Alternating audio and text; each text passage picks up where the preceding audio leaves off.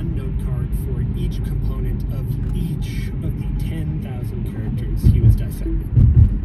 So, like Jiang, river, would get 2 note cards. One with the eye on it, one with the 3 dashes on it. When this was all said and done, what he had laying out on these various desks were 120,000 cards. If you stack them all together, they were like 12 meters tall. About the height of a 3-story building. But of these 120,000 cards, many of them were duplicates or triplicates or quadruplicates. Like there would be at least 4 cards with the same water component on them, right? One from the character for River, another from Soup, and 2 more from Sweat and Juice. So from there, what he did was sorted all of the common components together. All of the water components on that table, the work components over there, leaving him now with just several thousand piles, several thousand components. Clearly, still way too many to put onto a keyboard. So he did it again. Broke each of those components apart and made more note cards and regrouped and repiled the new common components. And he did this again. Boiling down, lower, again, and lower. Again and again. Lower and lower. Restacking pieces of paper. Yeah, just passing cards. Wow. Professor Wong did this for 5 years, until he had it down to 125 components. The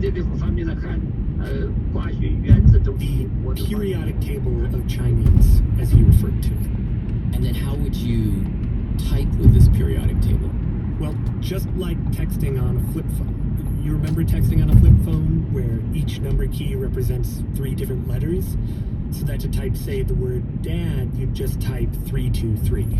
Well, just like that, Professor Wong placed 5 or so of these components on each key of the QWERTY keyboard, so that by typing in the component pieces of a character, the computer would sum them up for you and generate it on the screen. He named his creation the Wubi method.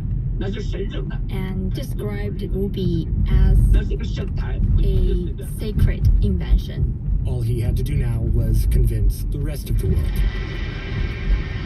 And he got that opportunity in 1984. Mr. Secretary General, thank you for granting me the honor of speaking on this first day of the 38th session of the General Assembly. He was invited to the United Nations to present his invention. When he arrived, he sat down, set up his computer, to demo it, and with a bunch of people watching him, he took a deep breath and started typing. And immediately, the deputy secretary, who was standing over his shoulder watching, was astonished to see Chinese characters rapidly appearing on the screen. In fact, she was incredulous. They thought one had played a trick on them. They asked him to stand up and step away from the computer. And they flipped the keyboard, looking for some hidden piece of hardware. And at that time, one replied, what? It's just your keyboard. It's just your keyboard. It's the same keyboard. And after this, he and Wubi went viral. He became one of the top 10 biggest names in China. He and Wubi were on the front page of newspapers. He was licensing Wubi all over the world. This sound is actually from an infomercial for Wubi, filled with flying photos of Professor Wong sitting next to important people. I mean, for China's version of July 4th. China's National Day, he was chosen as the head of ceremonies of Henan province. I'm imagining him as like the leader of the parade with his baton in hand marching down the street. Totally, yeah. And then that same year, his crowning achievement. Dramatic political and economic changes are taking place in the world's most populous country. April the 4th, 1984. A new leader, Hu Yaobang, Hu Yaobang the head of the Communist Party, came to visit Professor Wang. 国家的1号领导人胡耀邦 And sitting down with him, the most powerful man in China at the time. After Wang explained his invention, Hu Yaobang stood up 就到郑州 and asked, 这个就视察了五笔字形。 Comrade Yongming, do we still need to forsake Chinese characters?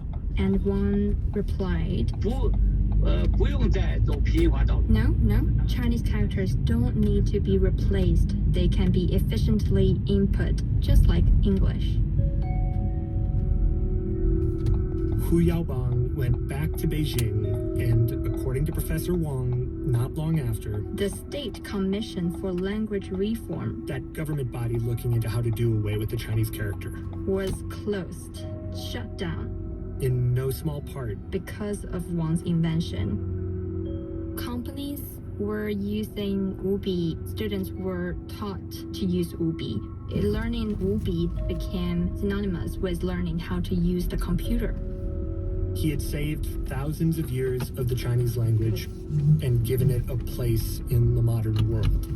And as far as Professor Wang was concerned, to be this person was to be placed alongside, I don't know, Ford, Thomas Edison, Steve Jobs, perhaps? Steve Jobs, yeah, this sort of singular genius inventor. Well, so he sort of at this point has slayed the dragon. He is the victor. He was, or he thought he was. The battle hasn't finished. In fact, it was only beginning. When we come back from break, Chinese typing gets predictive, and the keyboards start directing us.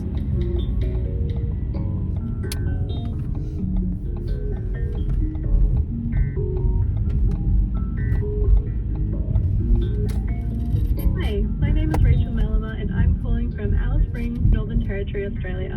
Radiolab is supported in part by the Alfred P. Sloan Foundation, enhancing public understanding of science and technology in the modern world. For more information about Sloan at www.sloan.org. Radiolab is supported by Progressive Insurance, presenting Progressive's Name Your Price tool, which shows customers coverage options that fit their needs. More at progressive.com or 1-800-PROGRESSIVE. Price and coverage match limited by state law.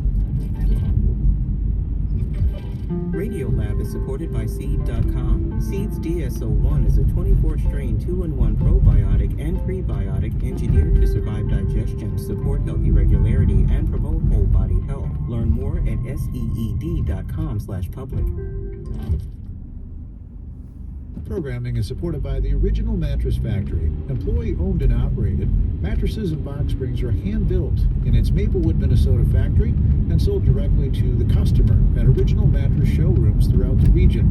OriginalMattress.com.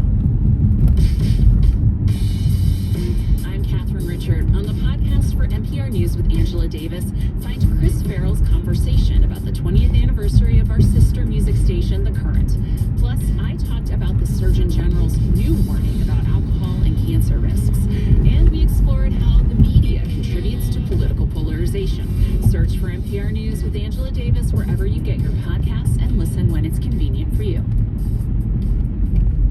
This is Owen Bennett-Jones, host of BBC NewsHour, and on today's programme, the M23 group is advancing on the city of Goma in the Democratic Republic of Congo, and the hostage and prisoner releases in Gaza and Israel. NewsHour coming up at 3. About 2/3 of fast food and counter workers in the U.S. are women, many supporting their families on those wages. The patchwork of minimum wage laws in the U.S. means that income varies significantly based on local laws. But fast food workers say those wages make it a struggle to survive. A growing number of states have pushed to increase their minimum wage in the face of record high inflation. California in April raised wages for fast food workers to $20 an hour. Contrast that to Texas, which is one of 20 states at $7.25 federal minimum wage floor. Jet, Radiolab, back to producer Simon Adler. So before the break, Professor Wang had seemingly solved this massive technological linguistic challenge and saved the Chinese character. he'd found a way to type Chinese with a plain old QWERTY keyboard.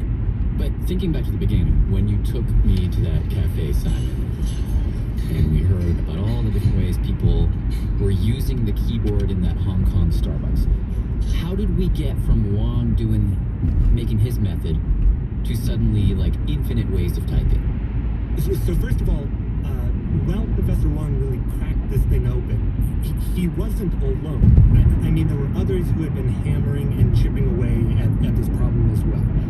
So from the beginning, you had a few variations, a few different ways to type. However, after Wubi, things do really explode.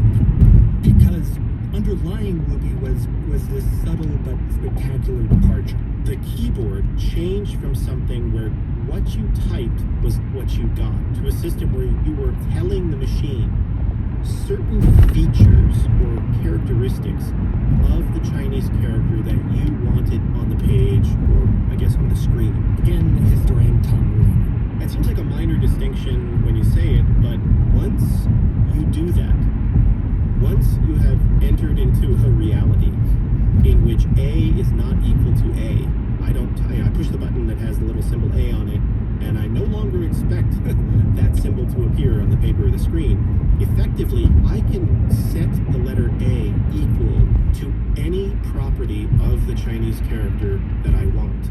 A could equal that water component or that work component, or